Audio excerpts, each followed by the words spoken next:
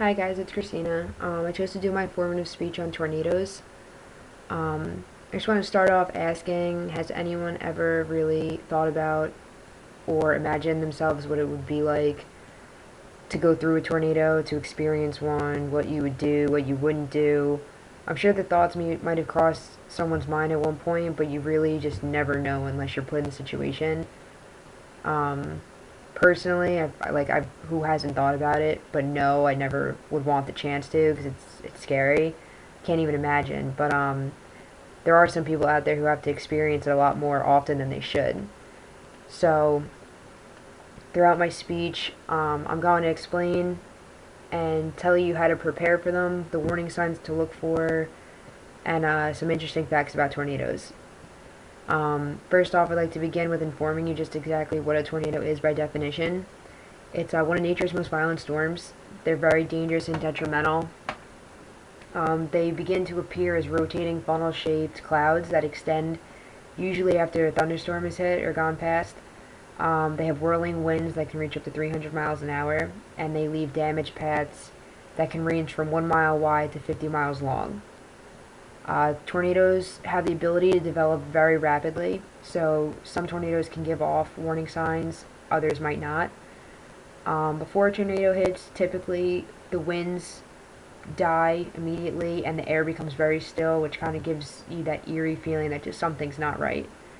And then you can get a bizarre tornado where the sky becomes clear and sunlit, and you have a sunny day where you would never even imagine that this storm is about to hit. According to the National Oceanic and Atmospheric Administration, there's about 1,200 tornadoes that hit the U.S. each year. Outside of the U.S., there's countries and continents like Africa, Asia, Europe, New Zealand, and South America that also experience common tornadoes in their areas. Um, Aside from warning signs like that, I'm going to begin to tell you or explain to you different ways that you can begin to identify if a tornado is about to strike.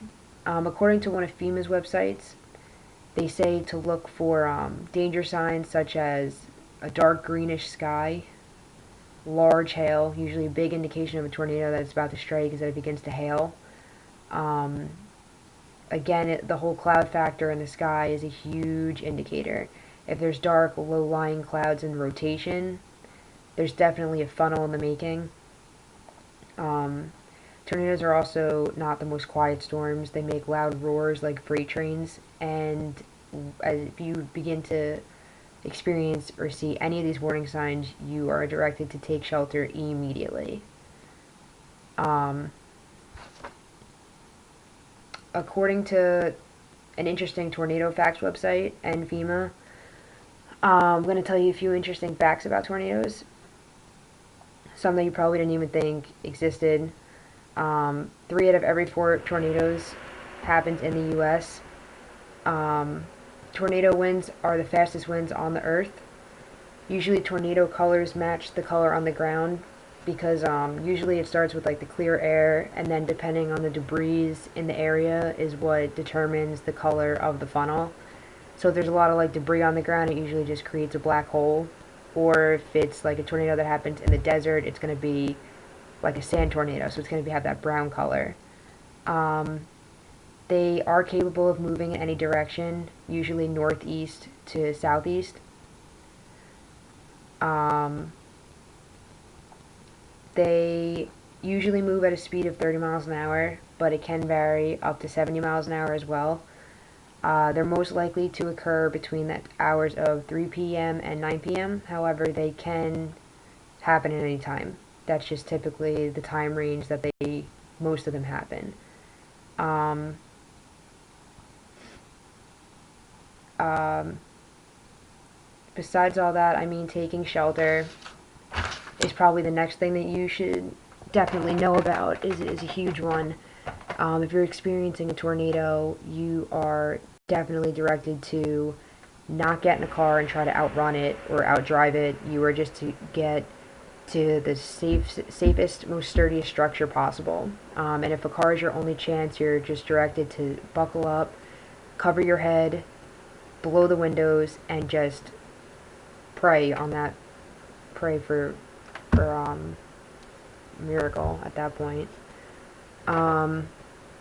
According to FEMA, you should always protect your head because tornadoes are the most violent windstorms, and there's always flying debris in the area. You always want to make sure your head is protected because that's where the most fatalities and injuries happen. It's people getting knocked unconscious or taken out completely. You should always be in tune to the NOAA, which is the National Oceanic and Atmospheric Administration radio, or stay tuned to your local television and radio stations to be aware and kept up to date with the weather updates and so forth. Another important thing is to always stay away from the windows so you don't get any broken in or shattered, blown in glass. Once you're in a shelter, you should always remain the lowest form, always be on the lowest level, whether it's the basement or if you're on, even if you're stuck in a skyscraper, you should just always get on the lowest floor possible and just stay low. Staying low and protecting your head, covering yourself with a blanket if possible, is the best way you could survive it. Basically, with all that information, knowing your warning signs, having a safety kit, staying tuned to your local officials, knowing a few survival keys, where to seek shelter, things to look for, as well as a few interesting facts. I mean, that's really all I can give you on tornadoes. I learned a lot from researching the speech, and I mean, the thought has crossed my mind before what I would do, and now I feel a lot better about it if I was ever put in that situation. So, I mean, I hope this was interesting to hear, and I hope you guys learned something from it. So, thanks.